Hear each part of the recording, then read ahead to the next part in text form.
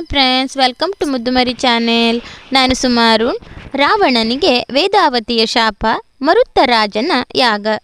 ಜಗತ್ತಿನಲ್ಲಿಯೇ ಮಹಾವೀರನೆನಿಸಿದ ದೈತ್ಯಪ್ರಭು ರಾವಣನು ಒಂದು ಬಾರಿ ಹಿಮಾಲಯದ ತಪ್ಪಲಲ್ಲಿ ಸಂಚರಿಸುವಾಗ ಜಟಾಧಾರಿಣಿಯಾದ ಒಬ್ಬ ಕನ್ಯೆಯನ್ನು ವೀಕ್ಷಿಸಿದನು.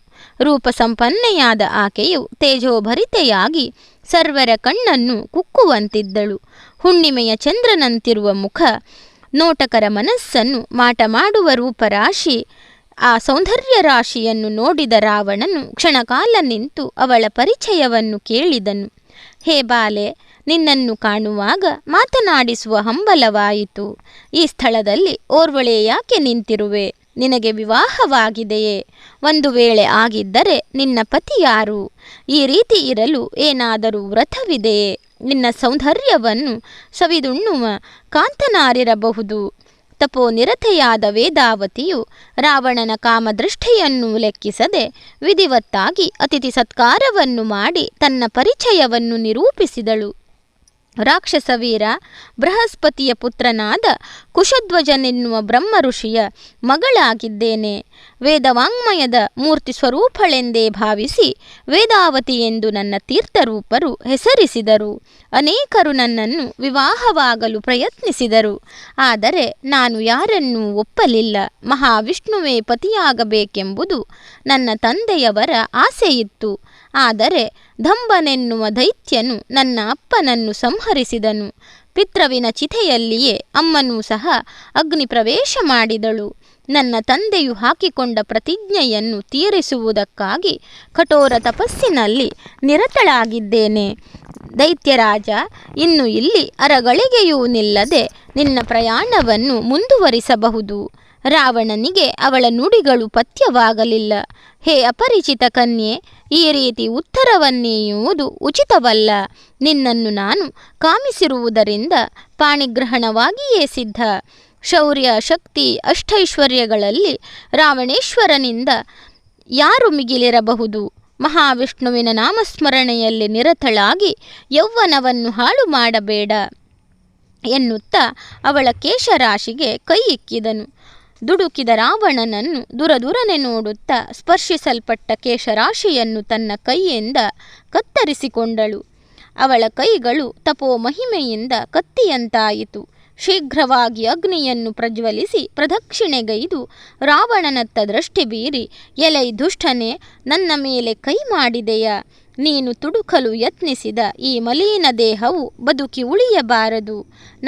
ನಾನು ಅಗ್ನಿ ಪ್ರವೇಶದಿಂದ ಪರಿಶುದ್ಧಳಾಗುತ್ತೇನೆ. ಅಷ್ಟೇ ಅಲ್ಲ, ಬಲಾತ್ಕಾರದಿಂದ ಕೈ ಮಾಡಲು ಯತ್ನಿಸಿದ್ದರಿಂದ ನಿನ್ನ ಮೇಲಿನ ವೈರ್ಯವನ್ನು ಮರೆಯಲಾರೆ. ಇನ್ನೊಮ್ಮೆ ಅಯೋನಿಜೆಯಾಗಿ ಜನಿಸಿ ಧರ್ಮಾತ್ಮನೊಬ್ಬನ ಸುತೆಯಾಗಿ ಬೆಳೆದು ನಿನ್ನ ಅವಸಾನವನ್ನು ವೀಕ್ಷಿಸುವೆ. ಪಾಪಾತ್ಮನಾದ ನಿನ್ನನ್ನು ಸ್ತ್ರೀಯಾಗಿರುವ ನನ್ನಿಂದ ಈಗ ಕೊಲ್ಲಲಾಗದು. ಹಾಗೆಯೇ ನಾನು ಶಾಪವನ್ನಿತ್ತು ಅತಿ ಕಷ್ಟಪಟ್ಟು ಗಳಿಸಿದ ತಪೋ ಪುಣ್ಯವನ್ನು ನಶಿಸಿಕೊಳ್ಳಲಾರೆ ಎಂದು ಬೆಂಕಿಗೆ ಧುಮುಕಿದಳು.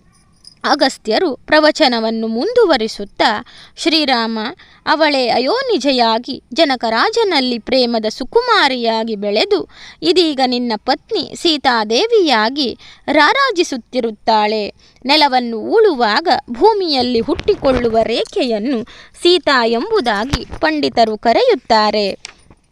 ಜನಕ ಮಹಾರಾಜನು ಉಳುವಾಗ ನೇಗಿಲ ತುದಿಗೆ ತಾಗಿದ ಪೆಟ್ಟಿಗೆಯೊಳಗಿಂದ ಸೀತಾದೇವಿಯು ದೊರಕಿದ್ದರಿಂದ ಆ ಶ್ರೇಷ್ಠ ದೊರೆಯು ಅವಳನ್ನು ಸೀತೆ ಎಂದೇ ವಾತ್ಸಲ್ಯಪೂರ್ಣವಾಗಿ ನಾಮಕರಣ ಮಾಡಿದನು. ಆ ಮಹಾತಾಯಿಯು ವೈಶಾಖ ಶುದ್ಧ ನವಮಿಯಂದು ಜನ್ಮ ಪಡೆದಿದ್ದಳು. ಹೀಗೆ ವೇದಾವತಿಯ ಶಾಪದಿಂದಾಗಿ ರಾವಣನು ಅಂದೇ ಹತನಾಗಿದ್ದಾನೆ. ಇದರಿಂದ ಆ ರಾಕ್ಷಸ ವೀರನನ್ನು ವಧಿಸುವುದಕ್ಕೆ ನಿನಗೆ ಅನುಕೂಲವೇ ಆಯಿತು. ವೇದಾವತಿಯು ದಗ್ಧಳಾದ ಮೇಲೆ ರಾವಣನು ದಗ್ಧ ಮನಸ್ಕನಾಗಿ ಅಲ್ಲಿಂದ ಪ್ರಯಾಣವನ್ನು ಮುಂದುವರಿಸಿದನು. ಮರುತ್ತರಾಜನ ಯಾಗ. ಪೂರ್ವದಲ್ಲಿ ಮರುತ್ತನೆನ್ನುವ ಭೂಪಾಲನು ಉಶೀರ ಬೀಜವೆನ್ನುವ ಪುಣ್ಯಕ್ಷೇತ್ರದಲ್ಲಿ ಯಾಗವನ್ನು ಕೈಗೊಂಡನು. ಸಂವರ್ತ್ರ ಬ್ರಹ್ಮರ್ಷಿಯು ಅಧ್ವರ್ಯು ಸ್ಥಾನದಲ್ಲಿ ಶೋಭಿಸಿದರು. ಹೋಮಧೂಮವು ನಭೋಮಂಡಲವನ್ನಾವರಿಸುವುದನ್ನು ಗಮನಿಸಿ ಆ ಮಾರ್ಗವಾಗಿ ಹೋಗುತ್ತಿದ್ದ ರಾವಣನು ಕೆಳಗಿಳಿದು ಯಜ್ಞಶಾಲೆಯನ್ನು ಪ್ರವೇಶಿಸಿದನು. ಈ ದುಷ್ಟನಿಂದ ಅನಗತ್ಯವಾದ ಉಪಟಳವು ಬರಬಹುದೆಂದು ಯೋಚಿಸಿದ ದೇವತೆಗಳು ತಿರ್ಯಂಗತ್ಗಳ ರೂಪವನ್ನು ತಾಳಿದರು. ಇಂದ್ರನು ಕೇಕೆ ಕುಣಿಯುವ ನವಿಲಾದನು. ಪ್ರಾಣಿಗಳ ಪ್ರಾಣಾಹರಣ ಮಾಡುವ ಯಮನು ಕಾಗೆಯಾದನು. ವರುಣನು ಹಂಸನಾದನು. ಕುಬೇರನು ಓತಿ ರೂಪವನ್ನು ಹೊಂದಿದನು. ಅಟ್ಟಹಾಸದಿಂದ ರಾವಣನು ಮರುತ್ತರಾಜನನ್ನು ಯುದ್ಧಕ್ಕೆ ಆಹ್ವಾನಿಸಿದನು. ರಾಜನಿಗೆ ಕೋಪವು ನಖಶಿಖಾಂತರದ ತನಕ ಏರಿತ್ತು. ಸರ್ವಜೀವಿಗಳ ಹಿತಾರ್ಥವಾಗಿ ನೆರವೇರಿಸಲ್ಪಡುವ ಮಹಾಯಾಗದ ಮಧ್ಯೆ ಗೂಬೆಯು ಪ್ರವೇಶಿಸಿದಂತಾಯಿತು. ಆತನಿಗೆ ತಕ್ಕ ಪಾಠವನ್ನು ಕಲಿಸುವ ಉದ್ದೇಶದಿಂದ ಮಹಾರಾಜನು ದೀಕ್ಷೆಯನ್ನು ಬಿಟ್ಟು ಆಯುಧ ಪಾಣಿಯಾದನು. ಆಗ ಋತ್ವಿಜರಾಗಿ ಉಪಸ್ಥಿತರಿದ್ದ ಸಂವರ್ತ ಋಷಿಗಳು ಯಾಗ ಮಾಡುವ ಸತ್ಕಾಲದಲ್ಲಿ ಯುದ್ಧ ಸಲ್ಲದಾಗಿ ನೀತಿಯನ್ನು ಉಪದೇಶಿಸಿದರು. ಗುರು ಉಪದೇಶವನ್ನು ಗೌರವಿಸಿ ಅರಸನು ಶರಚಾಪವನ್ನು ಬದಿಗಿರಿಸಿ ಯಜ್ಞವನ್ನು ಮುಂದುವರಿಸಿದನು. ಋಷಿಗಳ ಆಜ್ಞೆಯಿಂದಾಗಿ ರಾವಣನ ಪಕ್ಷದವರಿಗೆ ಅನ್ಯಾಯ ಮಾಡಲು ಯಾವ ಆತಂಕವೂ ಇಲ್ಲದಂತಾಯಿತು. ರಾವಣನ ಅಮಾತ್ಯನಾದ ಚಾಣಾಕ್ಷ ಶುಕನು ತಮ್ಮ ಪಾಲಿನ ದಿಗ್ವಿಜಯವನ್ನು ಘೋಷಿಸಿ ಅಲ್ಲಿಯ ಅನೇಕ ಋಷಿಗಳ ಗಡ್ಡ ಎಳೆದನು. ಕ್ರೂರಿಗಳಾದ ಅವರು ಇನ್ನು ಕೆಲವರನ್ನು ಕೊಂದು ರಕ್ತಪಾತ ಮಾಡಿದರು. ರಾವಣನು ನಿರ್ಗಮಿಸಿದ ಮೇಲೆ ಇಂದ್ರನು ತಾನು ಧರಿಸಿದ ವೇಷದ ಸ್ಮರಣೆಗಾಗಿ ನೀಲ ಬಣ್ಣದ ನವಿಲನ್ನು ಬಳಿ ಕರೆದನು.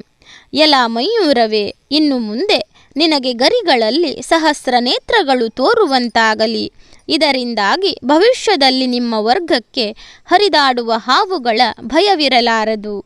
ಯಮನು ಕಾಗೆಯನ್ನು ಬಳೆ ಕರೆದು, ಎಲ ವಾಯಸವೇ, ನಿನಗೆ ನನ್ನ ಲೋಕಕ್ಕೆ ಬರುವುದಕ್ಕಾಗಿ ಯಾವ ರೋಗಗಳೂ ಇನ್ನು ಬಾಧಿಸಲಾರವು.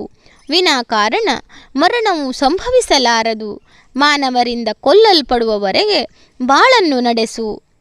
ಭೂಲೋಕದಲ್ಲಿ ಪುತ್ರ ಪೌತ್ರರು ಶ್ರಾದ್ದ ಕಾಲದಲ್ಲಿ ನಿಮ್ಮ ಜಾತಿಯವರಿಗೆ ಅನ್ನವನ್ನಿತ್ತು ತೃಪ್ತಿಪಡಿಸಿದರೆ ಯಮಲೋಕದಲ್ಲಿ ವಾಸಿಸುವ ಪಿತೃಗಳ ಹಸಿವು ಇಂಗಿ ಅವರು ಸಂತೃಪ್ತರಾಗುತ್ತಾರೆ. ವರುಣನು ಹಂಸವನ್ನು ತನ್ನ ಬಳಿ ಕರೆದು, ಇನ್ನು ಮುಂದಕ್ಕೆ ಶುದ್ಧವಾದ ಶ್ವೇತ ಬಣ್ಣವನ್ನು ಹೊಂದಿ ನನ್ನ ಜಲರಾಶಿಯಲ್ಲಿ ಆನಂದದಿಂದ ವಿಹರಿಸುವೆ. ಈ ಘಟನೆಯ ಪೂರ್ವದಲ್ಲಿ ಹಂಸಗಳ ರೆಕ್ಕೆ ತುದಿ ಕಪ್ಪಾಗಿದ್ದು ಹೃದಯ ಭಾಗವು ಗರಿಕೆಯಂತೆ ಶ್ಯಾಮಲ ಬಣ್ಣದಿಂದಿತ್ತು. ವೈಶ್ರವಣನು ಓತಿಕೇತವನ್ನು ಅನುಗ್ರಹಿಸಿದನು. ಎಲ ಓತಿಕೇತವೇ, ನನಗೆ ಕಾಂಚನ ವರ್ಣವು ಇಷ್ಟವಾದ್ದರಿಂದ ನಿಮ್ಮವರಿಗೆ ಉತ್ಕೃಷ್ಟವಾದ ಚಿನ್ನದ ಬಣ್ಣವನ್ನು ಅನುಗ್ರಹಿಸಿದ್ದೇನೆ. ನಿನ್ನ ಶಿರಸ್ಸು ಕಾಂಚನದಂತೆ ಶೋಭಿಸಲಿ. ವಿಶ್ರವಸು ಪುತ್ರನ ರಥವು ಅಲ್ಲಿಂದ ಮುಂದೆ ಸಾಗಿತು. ಸಹಚರರಾದ ದೈತ್ಯರು ರಾವಣನಿಗೆ ಜಯವಾಗಲಿ ಎಂಬ ಘೋಷಣೆಯನ್ನೆಬ್ಬಿಸಿದರು. ಎಲ್ಲಿ ನೋಡಿದರೂ ಆ ದುಷ್ಟನ ಆಟೋಪ ವರಬಲದಿಂದ ಮೆರೆದಾಡುವ ದುರ್ಜಯ ರಾವಣನಲ್ಲಿ ಸಂಗರ ಸಲ್ಲದೆಂದು ದುಷ್ಯಂತ, ಸುರಥ, ಘಾದಿಜಯ, ಪುರೂರವ ಮೊದಲಾದ ವೀರಾದಿವೀರ ಧರಣಿಪಾಲರು ಶರಣಾದರು ಎಂಬಲ್ಲಿಗೆ ವೇದಾವತಿಯ ಶಾಪ ಮರುತ್ತರಾಜನ ಯಾಗ ಎನ್ನುವ ಅಧ್ಯಾಯ ಮುಕ್ತಾಯವಾಯಿತು. ಧನ್ಯವಾದಗಳು ಸ್ನೇಹಿತರೆ. ರಾಮಾಯಣದ ಈ ಕಥೆಗಳೆಲ್ಲ ನಿಮಗೆ ಇಷ್ಟವಾಗ್ತಾ ಇದ್ದರೆ ನನ್ನ ಮುದ್ದುಮರಿ ಚಾನಲನ್ನು ಸಬ್ಸ್ಕ್ರೈಬ್ ಮಾಡದೆ ನೋಡ್ತಾ ಇರುವವರು ದಯವಿಟ್ಟು ಸಬ್ಸ್ಕ್ರೈಬ್ ಮಾಡಿ, ನನಗೆ ಸಪೋರ್ಟ್ ಮಾಡಿ, ಶೇರ್ ಮಾಡಿ, ಲೈಕ್ ಮಾಡಿ, ಕಮೆಂಟ್ ಮಾಡಿ.